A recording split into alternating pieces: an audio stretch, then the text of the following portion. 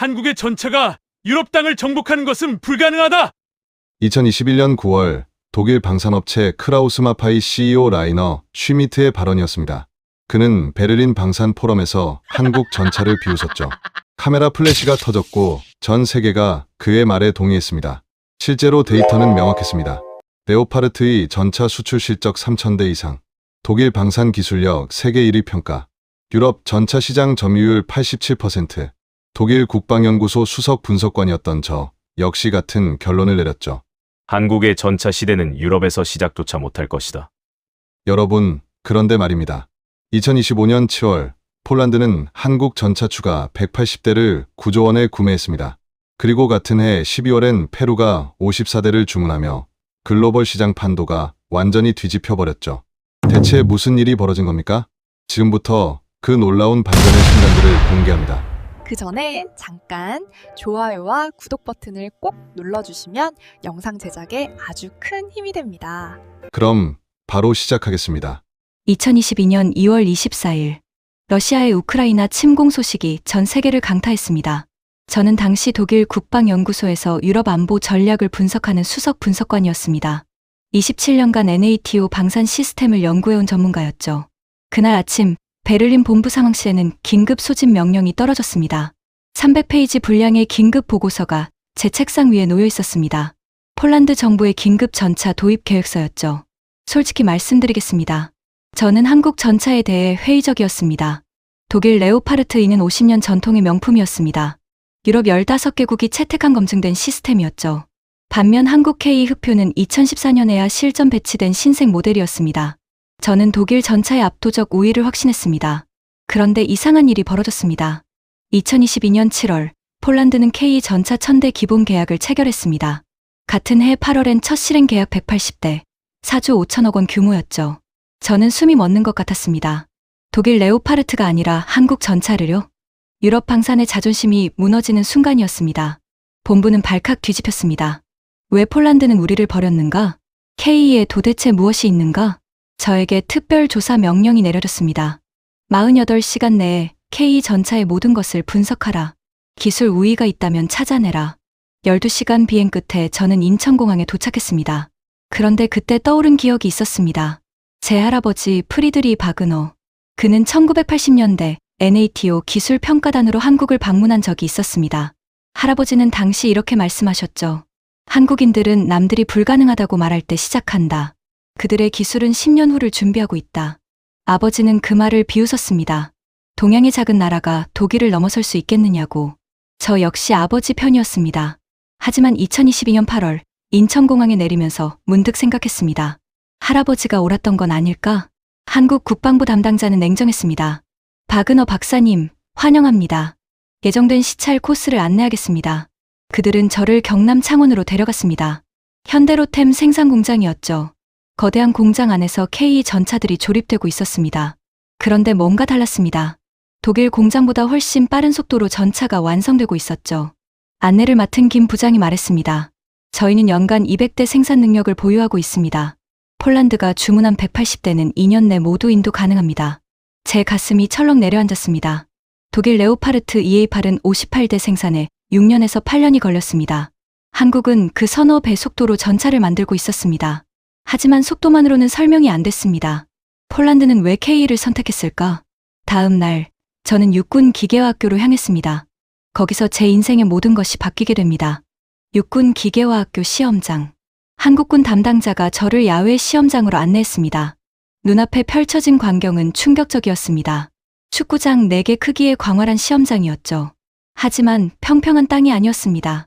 30도 경사면, 진흙탕, 자갈밭, 모래 언덕이 복합적으로 배치되어 있었습니다. 바로 폴란드 동부 지역의 지형을 재현한 곳이었죠. 한국군 중령이 설명했습니다. 박사님, 폴란드는 특별한 문제를 안고 있습니다. 벨라루스 국경지대는 우기 때 진창으로 변합니다. 그곳이 바로 러시아 위협의 최전선입니다. 저는 고개를 끄덕였습니다. 폴란드가 보유한 레오파르트 2와 에밀 에이브람스는 중량이 60톤을 넘었습니다. 진흙탕에서는 기동력이 현저히 떨어지는 약점이 있었죠. 그때 K 전차가 시험장에 진입했습니다. 전투 중량 56톤. 레오파르트보다 4톤 가벼운 수준이었습니다. 하지만 무게가 전부는 아니었습니다. 중령이 계속 말했습니다. 지금부터 보시는 것은 세계 유일의 기술입니다. ISU, In-Arm Suspension Unit. 암내장형 유기압 현수장치입니다. 저는 귀를 의심했습니다. 유기압 현수장치요? 일본 전차에도 있지 않습니까? 중령이 미소를 지었습니다. 일본 90식, 10식 전차의 유기압 시스템과는 차원이 다릅니다. K는 반능동형 시스템을 세계 최초로 전면 도입했습니다. 전방 센서가 지형을 미리 감지합니다. 첫 번째 보기륜부터 자동으로 최적 위치를 잡습니다. 컴퓨터가 실시간으로 유압을 제어하죠. 그 순간 K 전차가 움직이기 시작했습니다. 30도 경사면을 올라갔습니다. 레오파르트라면 포기했을 각도였죠. 그런데 K는 달랐습니다. 차체가 앞뒤로 기울어지며 자세를 조절했습니다. 마치 살아있는 생명체 같았습니다. 온몸에 소름이 돋았습니다. 경사면을 넘은 K는 진흙탕으로 진입했습니다. 56톤 철덩어리가 진창을 달리기 시작했습니다. 그런데 놀라운 일이 벌어졌습니다. 바퀴가 진흙에 빠지지 않았습니다. 중령이 설명했습니다. 유기압 시스템이 지면 접촉 압력을 분산시킵니다. 무게 중심을 실시간으로 조절하기 때문이죠. 레오파르트나 에이브람스는 토션바 방식입니다. 고정된 스프링 구조입니다. K는 유압으로 능동적으로 반응합니다. 저는 눈을 뗄 수 없었습니다. K가 자갈밭을 통과했습니다. 차체 흔들림이 거의 없었습니다. 일반 전차라면 승무원이 심한 진동에 시달렸을 상황이었죠. 하지만 K 내부 영상을 보니 놀라웠습니다. 승무원들이 안정적으로 앉아 있었습니다. 이건 미국 해군 이지스함보다 안정적이었습니다. 중령이 덧붙였습니다. 진동 감소율 50% 이상입니다. 승무원 피로도가 극적으로 낮아집니다. 장시간 작전에서 결정적 차이를 만듭니다. 그런데 바로 그때 예상치 못한 일이 벌어졌습니다. K가 갑자기 멈춰섰습니다. 차체가 한쪽으로 기울어지기 시작했죠. 중령의 얼굴이 굳었습니다. 무전기에서 급박한 목소리가 들렸습니다.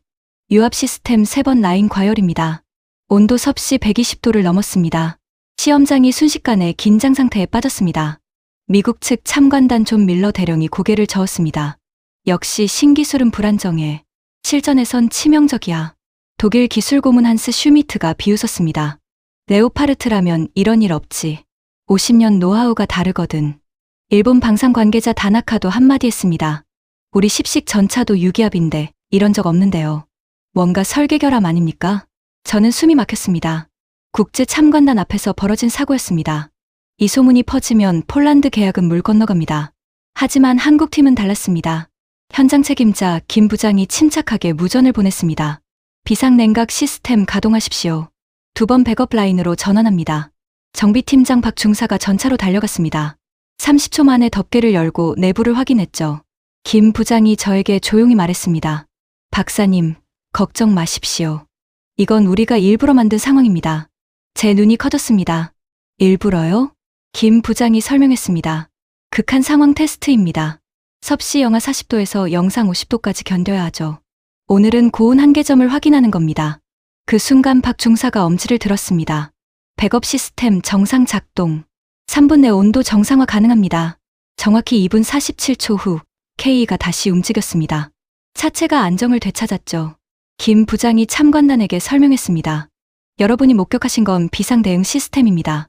실전에서 한 라인이 고장 나도 즉시 백업으로 전원됩니다. 레오파르트나 에이브람스는 이런 시스템이 없죠. 밀러 대령의 표정이 바뀌었습니다. 이건 계산된 시험이었군요. 인상적입니다. 슈미트는 아무 말도 하지 못했습니다. 참관단 뒤편에서 한 폴란드 장교가 눈물을 훔쳤습니다. 그는 조용히 중얼거렸습니다. 우리에게 필요한 건 바로 이거야.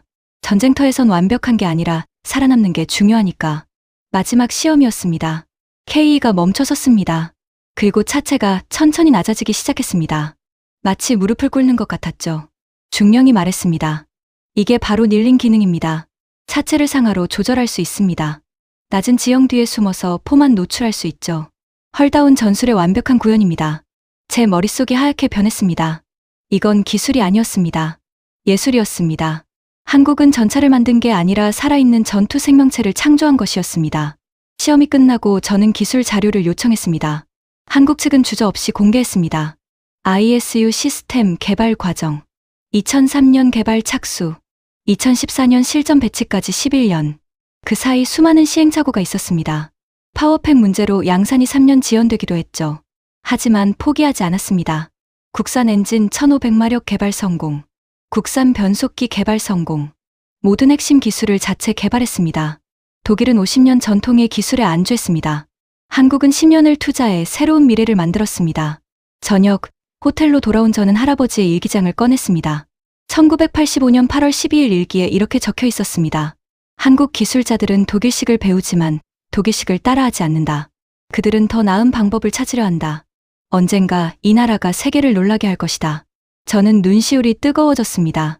할아버지는 40년 전에 이미 알고 계셨습니다. 한국의 진짜 힘은 기술이 아니라 끝없이 도전하는 정신이라는 것을. 그런데 제 휴대폰이 울렸습니다. 베를린 본부였습니다. 목소리가 급박했습니다. 바그너 박사, 큰일 났습니다. 폴란드가 레오파르트 추가 주문을 전면 취소했습니다. 대신 K 2차 계약을 추진하고 있습니다. 유럽 전차 시장이 흔들리고 있습니다. 2022년 10월, 베를린 크라우스 마파이 본사는 비상이 걸렸습니다. 저는 긴급 귀국 명령을 받았죠. 본사 대회의실에는 20명이 넘는 임원진이 모여 있었습니다. CEO 슈미트가 차가운 목소리로 말했습니다. 폴란드가 우리를 배신했습니다.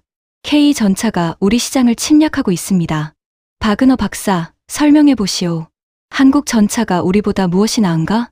저는 ISU 기술에 대해 설명했습니다. 유기압, 현수 장치의 우월성, 폴란드 지형에 최적화된 설계, 빠른 생산 속도와 합리적 가격. 하지만 슈미트는 냉소적으로 웃었습니다. 그게 전부인가? 현수 장치 하나 때문에 50년 전통이 무너진다고? 우리에겐 레오파르트 EA8이 있소. 세계 최강의 전차요. 저는 조심스럽게 말했습니다. 하지만 레오파르트 EA8 가격은 대당 430억 원입니다. K는 180억 원에서 250억 원 수준입니다. 슈미트가 책상을 쳤습니다. 가격 때문에 품질을 포기한단 말인가? 독일 기술의 가치를 모르는 자들이오. 회의는 결론 없이 끝났습니다. 그런데 더 나쁜 소식들이 쏟아지기 시작했습니다. 2022년 11월, 루마니아가 K 전차 도입을 검토 중이라는 보도가 나왔습니다. 250대 이상 규모였죠. 2023년 2월, 슬로바키아도 K 전차에 관심을 보였습니다. 유럽 중부까지 K 바람이 불고 있었습니다. 저는 아버지에게 전화를 걸었습니다. 아버지는 여전히 강경했습니다. 한국 전차가 아무리 좋다 해도 일시적 현상일 뿐이다. 유럽인들이 동양 제품을 오래 쓸 리 없다. 곧 레오파르트로 돌아올 것이다. 하지만 저는 확신할 수 없었습니다. 폴란드에서 본 K의 성능은 압도적이었습니다. 이건 일시적 유행이 아니었습니다. 2023년 6월, 제게 또 다른 임무가 떨어졌습니다. 폴란드 현지로 가서 K 전차 운용 실태를 조사하라. 약점을 찾아내라. 저는 폴란드 동부 오르지슈 훈련장으로 향했습니다. 그곳에는 한국에서 인도된 K 전차들이 배치되어 있었습니다. 폴란드군 제20 기계화 여단이 운용 중이었죠. 여단장 야누시 코발스키 대령이 저를 맞았습니다. 바그너 박사님, 환영합니다. 궁금한 게 있으시면 뭐든 물어보세요. 저는 단도직입적으로 물었습니다. K 전차의 문제점은 없습니까? 레오파르트와 비교해서 부족한 점은요? 코발스키 대령이 웃었습니다. 솔직히 말씀드리죠. 처음엔 우리도 의심했습니다. 동양산 전차가 독일산만 하겠느냐고. 하지만 실전 훈련을 해보니 생각이 완전히 바뀌었습니다. 대령이 저를 훈련장으로 안내했습니다. K 전차들이 진흙탕을 달리고 있었습니다. 우기가 지나간 폴란드 동부 지형이었죠. 대령이 설명했습니다. 우리 레오파르트는 이 지형에서 속도가 30% 떨어집니다. 무게 때문에 진흙에 빠지기 쉽죠. 하지만 K는 다릅니다. 유기압 시스템 덕분에 거의 속도 손실이 없습니다. 실전이라면 결정적 차이입니다. 저는 가슴이 답답해졌습니다. 다른 약점은 없습니까? 장갑 방호력이나 화력은요? 대령이 고개를 저었습니다. 120mm 55구 경장 활강포는 레오파르트와 동급입니다. 자동 장전 장치로 분당 열발 발사 가능하죠. 장갑도 복합장갑에 반응장갑까지 갖췄습니다. 무엇보다 승무원들이 좋아합니다. 진동이 적고 피로도가 낮아서 장시간 작전이 가능하다고요. 그날 오후 실전 훈련이 시작됐습니다. K 전차 3대와 레오파르트 이 전차 2대가 함께 기동 훈련에 나섰습니다. 목표는 15km 떨어진 모의 적진 점령이었죠. 하지만 3km 지점에서 문제가 발생했습니다. 예상보다 훨씬 깊은 진흙탕이 나타난 겁니다. 폴란드군 무전에 긴장감이 돌았습니다. 레오파르트 1호차 진흙에 빠졌습니다. 군안 지원 요청합니다. 이어서 레오파르트 2호차도 멈춰섰습니다. 65톤 무게가 진창을 견디지 못한 것이었죠. 코발스키 대령의 얼굴이 굳었습니다. 그는 저를 돌아보며 말했습니다. 박사님, 보십시오. 이게 우리의 현실입니다. 러시아 국경 지대는 이런 진창투성이에요. 레오파르트는 여기서 무용지물입니다. 독일 측 기술 고문이 변명했습니다. 이건 예외적 상황입니다. 레오파르트는 서유럽 평지용으로 설계됐어요. 미국 고문단도 거들었습니다. 우리 에이브람스도 같은 문제가 있을 겁니다. 이건 중전차의 숙명이죠. 그때 한국 측 현장 지휘관 이소령이 무전을 보냈습니다. K부대, ISU 시스템 최대 출력으로 전환하십시오. 접지압 분산 모두 활성화합니다. K1호차가 진흙탕으로 진입했습니다. 모두가 숨을 죽였습니다. 56톤 전차가 진창에 빠지는 건 시간 문제처럼 보였죠. 하지만 놀라운 일이 벌어졌습니다. K가 진흙을 뚫고 전진했습니다.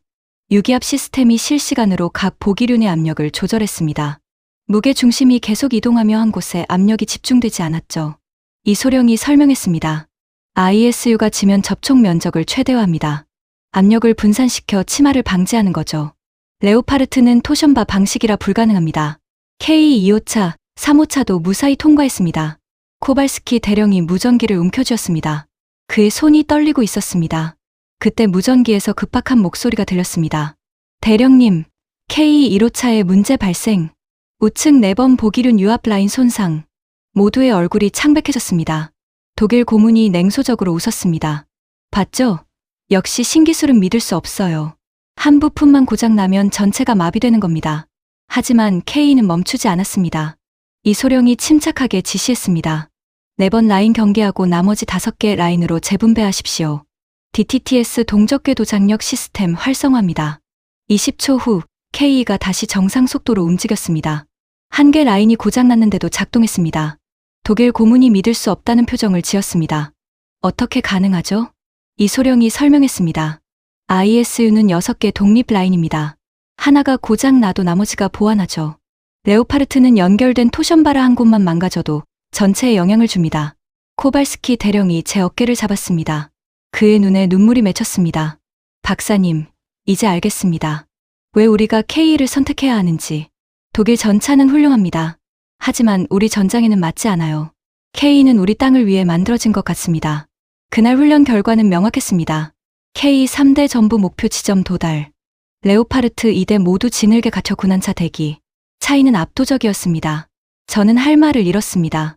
약점을 찾으려 왔는데 장점만 쏟아졌습니다. 그때 폴란드군 전차병 한 명이 다가왔습니다. 젊은 병사였습니다. 박사님, 저희 K 내부 좀 보시겠어요? 저는 고개를 끄덕였습니다. K 내부로 들어갔습니다.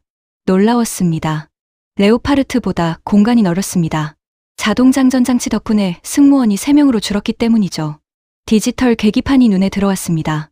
전술 지휘 통제 시스템 시사아이가 통합되어 있었습니다. 병사가 자랑스럽게 말했습니다. 이 시스템으로 다른 전차, 지휘부와 실시간 정보 공유합니다. 네트워크 중심 전투가 가능하죠. 레오파르트는 이런 시스템이 없어요. 저는 무릎을 꿇을 듯한 충격을 받았습니다. K는 단순히 전차가 아니었습니다.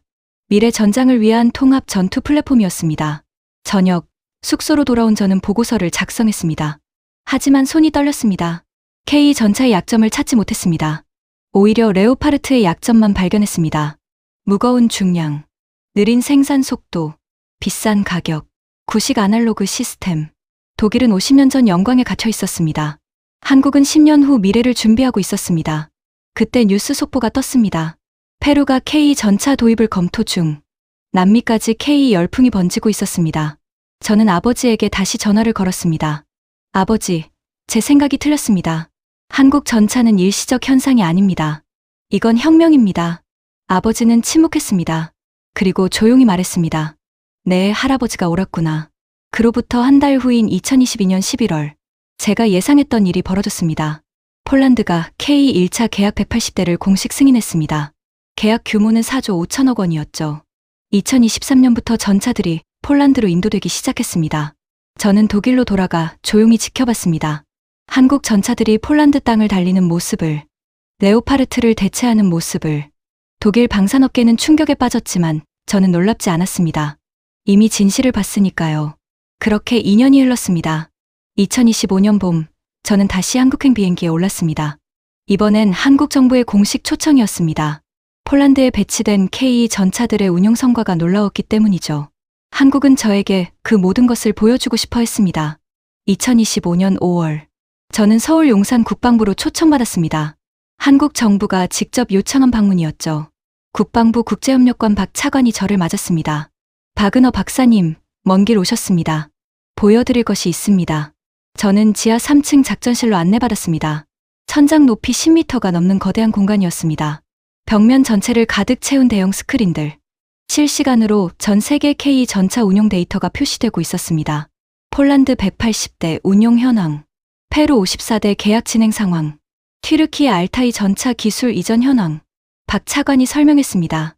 박사님이 궁금해하실 겁니다. 한국이 어떻게 이렇게 빨리 성장했는지. 사실 우리도 많이 실패했습니다. 스크린에 자료가 떴습니다. K 전차 개발 과정, 2003년 착수, 2007년 시제품 공개, 2014년 양산 배치. 하지만 그 사이 파워팩 문제로 3년 지연. 국산 엔진 가속 성능 미달로 비판받음. 독일산 파워팩 1차분 100대 장착. 저는 놀랐습니다. 한국도 우리 기술을 썼군요. 박 차관이 고개를 끄덕였습니다. 처음엔 그랬습니다. 하지만 포기하지 않았습니다. 2014년 9월 국산 파워팩이 9,600km 내구성 시험 통과. 비록 가속 성능이 8초로 목표인 7초를 못 맞췄지만요. 하지만 계속 개선했습니다. 2차분 100대부터는 국산 파워팩 장착 성공. 가격도 독일산 16억 원에서 11억 원으로 30% 절감. 저는 감탄했습니다. 실패를 두려워하지 않는 정신. 바로 할아버지가 말씀하신 한국의 힘이었습니다. 박 차관이 계속 말했습니다. ISU, 유기압 편수장치도 마찬가지였습니다. 세계 최초로 반능 동형 시스템 전면 도입. 토션바 방식보다 무게 20% 감소. 공간 효율 30% 향상. 진동 감소 50% 이상. 숫자가 쏟아졌습니다. 그런데 더 놀라운 게 있었습니다. 박 차관이 다른 화면을 켰습니다. 폴란드 실전 운용 데이터. KE 레오파르트 2 비교 분석. 험지 기동 속도 유지율 KE 92%, 레오파르트 75%. 연료 효율 KE가 15% 우수. 정비 소요 시간 KE가 30% 단축. 저는 숨이 멎는 것 같았습니다. 모든 항목에서 K가 앞섰습니다. 하지만 박 차관은 거기서 멈추지 않았습니다. 폴란드가 우리를 선택한 진짜 이유가 있습니다. 스크린에 새로운 자료가 떴습니다. 2022년 폴란드 전차 사업 비교. 레오파르트 EA7 플러스 제한 대당 600억 원. 58대 납품 기간 6년에서 8년. K 제한 대당 250억 원. 180대 납품 기간 2년. 가격은 절반 이하. 속도는 3배 이상. 게다가 현지 생산 기술 이전까지 제공. 폴란드는 단순히 전차를 산 게 아니었습니다. 미래 방산 산업 기반을 구축한 것이었습니다. 저는 완전히 압도당했습니다. 하지만 한국의 승리가 확정된 건 아니었습니다. 2025년 6월 폴란드 2차 계약 서명식을 한 달 앞둔 시점이었습니다. 갑자기 폴란드 정부가 계약 보류를 발표했습니다. 이유는 추가 기술 검증이 필요하다는 것이었죠. 저는 그 배후를 알고 있었습니다. 독일 크라우스마파이가 최후의 반격을 시작한 겁니다. 베를린 본사는 폴란드 정부에 긴급 제안서를 보냈습니다. 레오파르트 EA8 특별 할인. 대당 가격을 430억 원에서 350억 원으로 인하. 게다가 EU 방산기금 지원까지 약속했죠. 폴란드 국방부 내부가 흔들렸습니다. 친독 성향 차관 안제이 노박이 주장했습니다. 독일은 우리의 오랜 동맹입니다. EU 일원으로서 독일을 선택하는 게 맞습니다. 한국은 아시아 국가예요. 장기적 관계 유지가 불확실합니다. 폴란드 언론도 들끓었습니다. 보수 언론 가제타 폴스카는 사설을 냈습니다. 검증되지 않은 아시아 기술에 9조 원을 쏟아붓는 건 도박이다. 진보 언론 비보르차도 비슷했습니다. EU 단합을 위해 독일과 협력해야 한다. 한국 현대로템 주가가 폭락했습니다. 이틀 만에 12% 하락했죠. 서울 본사는 비상이 걸렸습니다. 저는 긴급회의에 참석했습니다. 화상으로 한국 측 이 부사장이 연결됐습니다. 그의 얼굴은 침착했지만 눈빛은 단호했습니다. 우리가 포기할 이유가 뭡니까? 기술은 이미 증명했습니다. 독일이 가격을 깎는다고요? 우리도 조정 가능합니다. 하지만 문제는 가격이 아니었습니다. 정치였습니다. 폴란드 총리 도날드 투스크가 EU 회의에서 압박을 받고 있었습니다. 독일 총리 올라프 숄츠가 직접 나섰죠. 폴란드가 한국을 선택하면 EU 방산협력에서 제외될 수 있다. 이건 노골적인 위협이었습니다. 코발스키 대령이 저에게 전화를 걸어왔습니다. 그의 목소리는 절망적이었습니다. 박은호 박사님, 우리는 K를 원합니다. 군부는 확신하고 있어요. 하지만 정치가 문제입니다. EU 압박을 버틸 수 있을지 모르겠어요. 그날 밤, 저는 선택의 기로에 섰습니다. 독일 편에 서야 하나, 한국 편에 서야 하나. 조국이냐, 진실이냐. 저는 할아버지 일기장을 펼쳤습니다. 1985년 9월 15일 일기였습니다. 진실을 외면하는 순간 우리는 미래를 잃는다. 나의 조국 독일이 다시 강해지려면 겸손하게 배워야 한다. 저는 결심했습니다. 다음 날, 저는 폴란드 국방위원회 청문회의 증인으로 섰습니다. 30명의 의원들 앞이었죠. 노박 차관이 저를 소개했습니다. 프리드리 바그너 박사, 독일 국방연구소 출신입니다. 레오파르트의 우수성을 증언해 주실 겁니다. 하지만 저는 다르게 말했습니다. 의원 여러분, 저는 27년간 독일 방산을 연구했습니다. 레오파르트를 사랑하는 사람입니다. 하지만 오늘 진실을 말씀드리겠습니다. 폴란드에게 필요한 건 K입니다. 회의장이 술렁였습니다. 노박 차관의 얼굴이 붉어졌습니다. 박사님, 무슨 말씀을? 당신은 독일 사람 아닙니까? 저는 침착하게 대답했습니다. 독일 사람이기에 진실을 말합니다. K는 폴란드 지형에 최적화됐습니다. 가격은 절반이고 성능은 동등 이상입니다. 현지 생산으로 폴란드 방산 기반을 키웁니다. 독일을 선택하면 의존만 깊어집니다. 자료를 제시했습니다. 폴란드 동부 진흙탕 테스트 결과 K2 통과율 100%, 레오파르트 30%, 생산 속도 K 2년, 레오파르트 8년, 장기 운용 비용 K2가 40% 저렴. 한 야당 의원이 물었습니다. 박사님, 독일이 당신을 배신자라 부를 텐데요. 왜 이런 증언을 하십니까? 저는 눈시울이 뜨거워졌습니다. 제 할아버지가 가르쳐 주셨습니다. 진실이 조국을 구한다고. 독일이 다시 강해지려면 배워야 합니다. 한국에게서. 그 순간 방청석에서 한 폴란드 노병이 일어났습니다. 그는 눈물을 흘리며 말했습니다. 나는 1980년대 폴란드 자유화 운동에 참여했소. 우리는 소련 탱크 앞에서 무력했소. 이제 우리 손으로 우리를 지킬 전차를 만들 기회요. 한국이 그 길을 열어줬소. 박수가 터져나왔습니다. 청문회 결과 15대 12로 K 계약 재개가 결정됐습니다. 일주일 후 폴란드 국방부는 공식 발표했습니다. 우리는 K를 선택합니다. 기술과 진실을 선택합니다. 저는 그제야 한숨을 내쉴 수 있었습니다. 진실은 조용하지만 반드시 승리한다는 것을. 그리고 그 진실을 위해 조국을 배신한 게 아니라 조국의 미래를 선택했다는 것을. 박 차관이 마지막 카드를 꺼냈습니다. 박사님, 한 가지 더 보여드리겠습니다. 대형 스크린에 영상이 재생되었습니다. 2025년 7월 2일, 폴란드 국방부 장관 브와디스와프 코시니아카미슈. 그가 카메라 앞에 섰습니다. 폴란드는 K 전차 2차 계약 180대를 체결했습니다. 계약 규모 65억 달러, 약 9조 원입니다.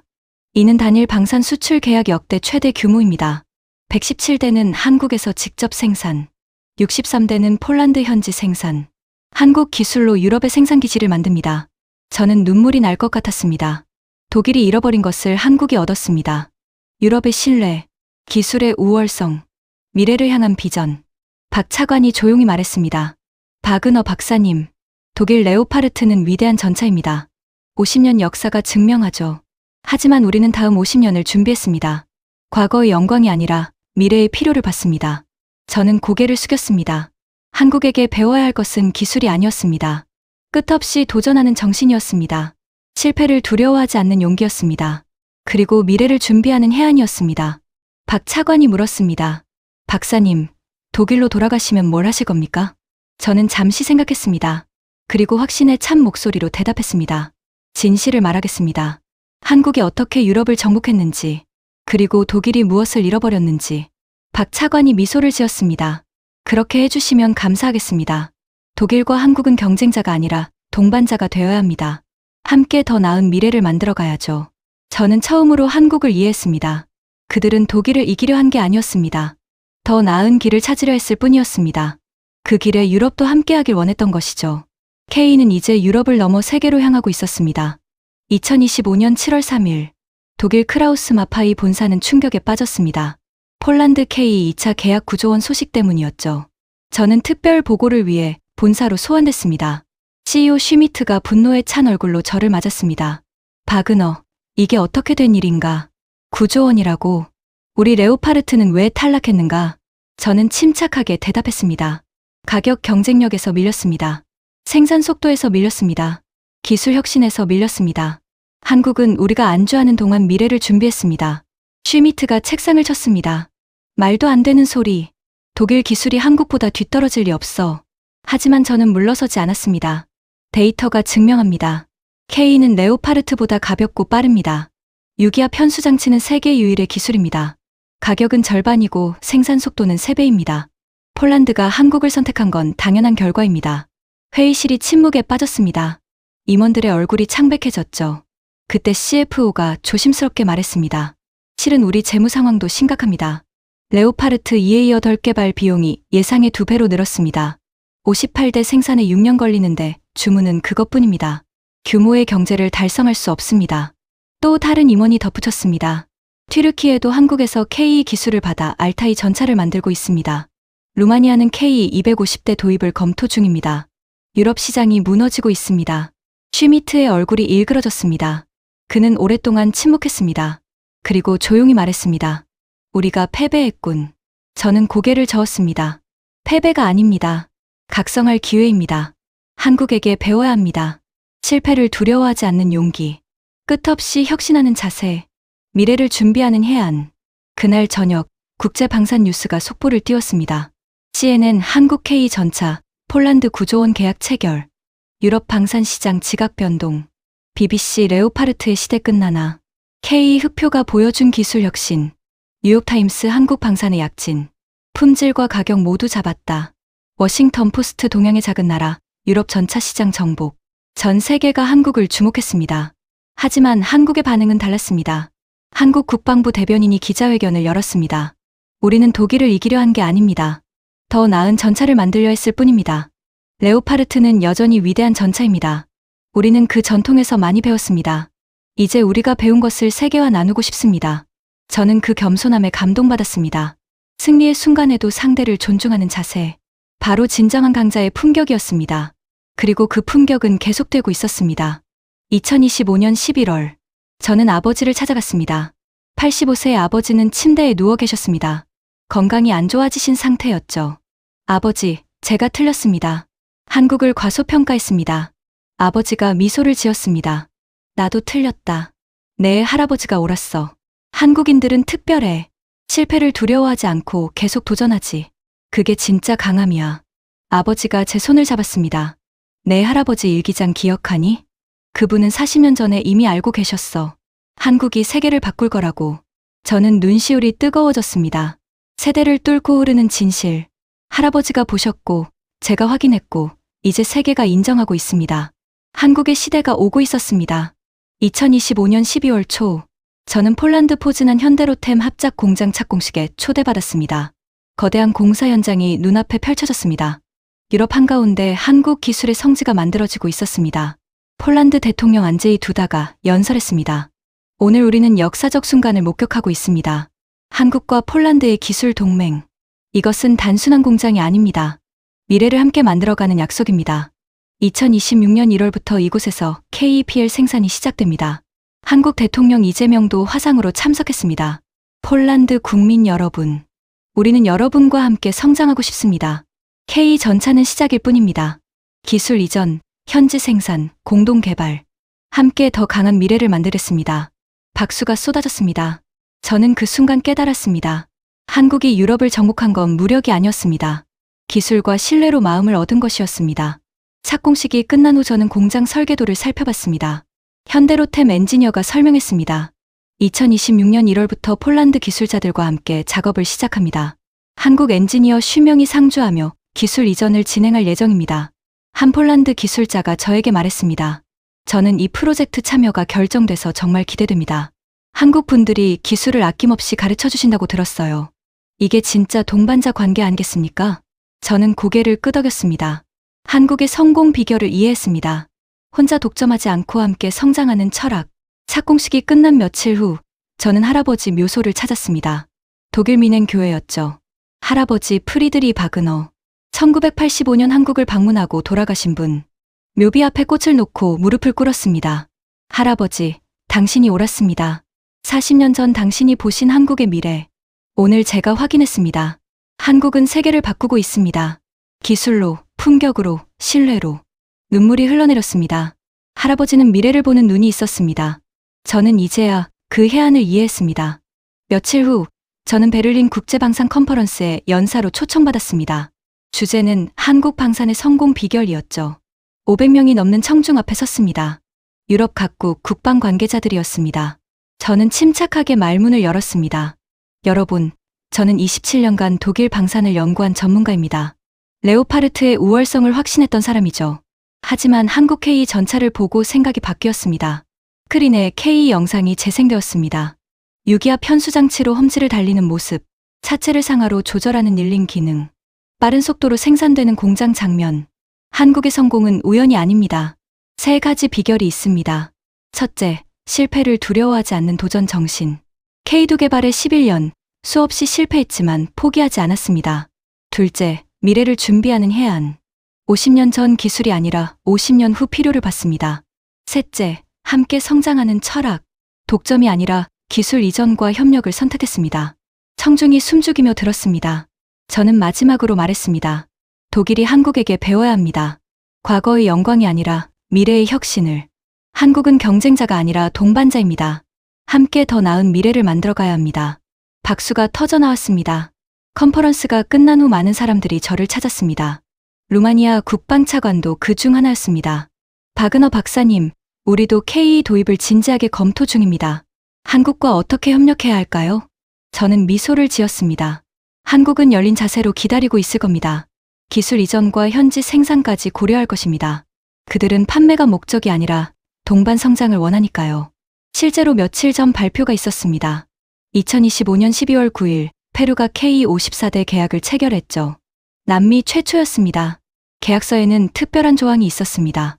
2029년부터 2040년까지 104대 추가 생산, 페루 현지에서 면허 생산, 한국 방식이 남미로 확산되고 있었습니다. 2025년 12월 중순, 저는 서울을 다시 찾았습니다. 용산 국방부 박 차관이 저를 맞았습니다.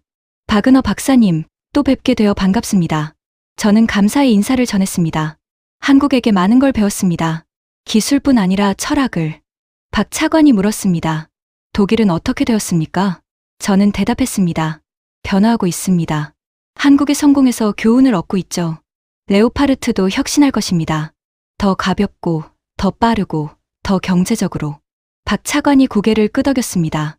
좋은 소식이네요. 경쟁이 아니라 함께 발전하는 거죠. 그날 밤, 서울 야경을 바라보며 생각했습니다. 진실은 조용하지만 세대를 뚫고 흐른다.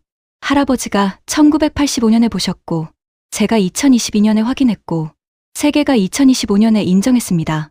한국 K 전차, 유기압 편수장치로 유럽을 정복한 이야기. 이건 단순한 무기 수출이 아니었습니다. 실패를 두려워하지 않는 도전, 미래를 준비하는 해안, 함께 성장하는 품격. 한국이 세계에 보여준 새로운 길이었습니다. 그리고 그 길은 계속될 것입니다. 여러분, 오늘 이야기 어떠셨습니까? 독일 출신 국방 전문가 프리드리히 바그너 2세가 27년간 숨겨진 한국 K 전차의 진실을 마주하는 이야기였습니다. 할아버지는 진실을 알고 있었고 아버지는 오해했으며 손자는 마침내 깨달았죠. 세대에 걸친 여정 끝에 한국의 품격과 준비된 힘이 세계를 감동시켰습니다. 진실은 조용하지만 반드시 승리한다는 것, 그리고 품격이 가장 강력한 무기라는 것을 우리는 오늘 다시 한번 확인했습니다. 이 이야기가 여러분의 가슴을 뜨겁게 했다면 댓글창에 자랑스런 대한민국을 남겨주세요. 여러분의 댓글 하나하나가 대한민국을 응원하는 힘이 됩니다. 다음에는 더 감동적이고 더 뜨거운 이야기로 여러분을 찾아뵙겠습니다. 구독과 좋아요, 알림 설정까지 부탁드립니다. 감동사연 저장소였습니다.